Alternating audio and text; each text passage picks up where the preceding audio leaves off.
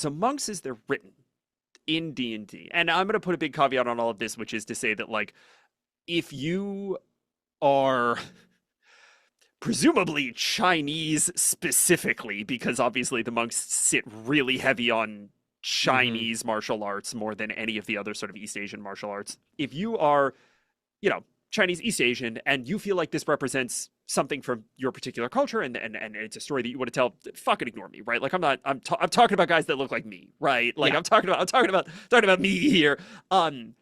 So much work needs to go in to making the monk not the monk in order Mm-hmm. to make the fiction work and not be super appropriative and often Yeah. fit, right? Because Yeah. it's it is very much one of these things is not like the others, right? It's a It's really weird thing to have become a core D&D class in a lot of Mhm. ways. Canonical D&D. Yeah. There's it's really tokenized Western Yeah. fantasy, and you're like, why the fuck is there a monastery for some reason here?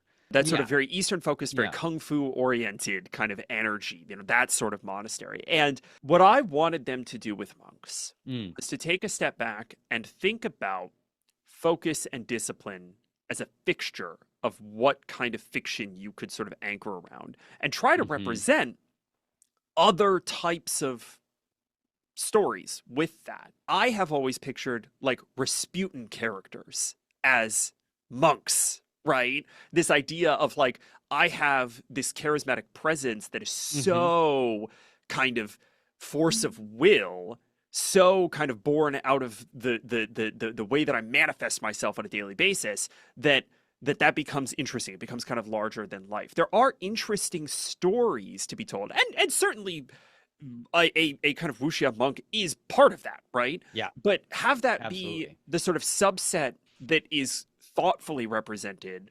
Why do we need a whole character class that is just punching really fast? And I've been on a fucking tear, but I'm gonna wind it back around. They made the monk punch more.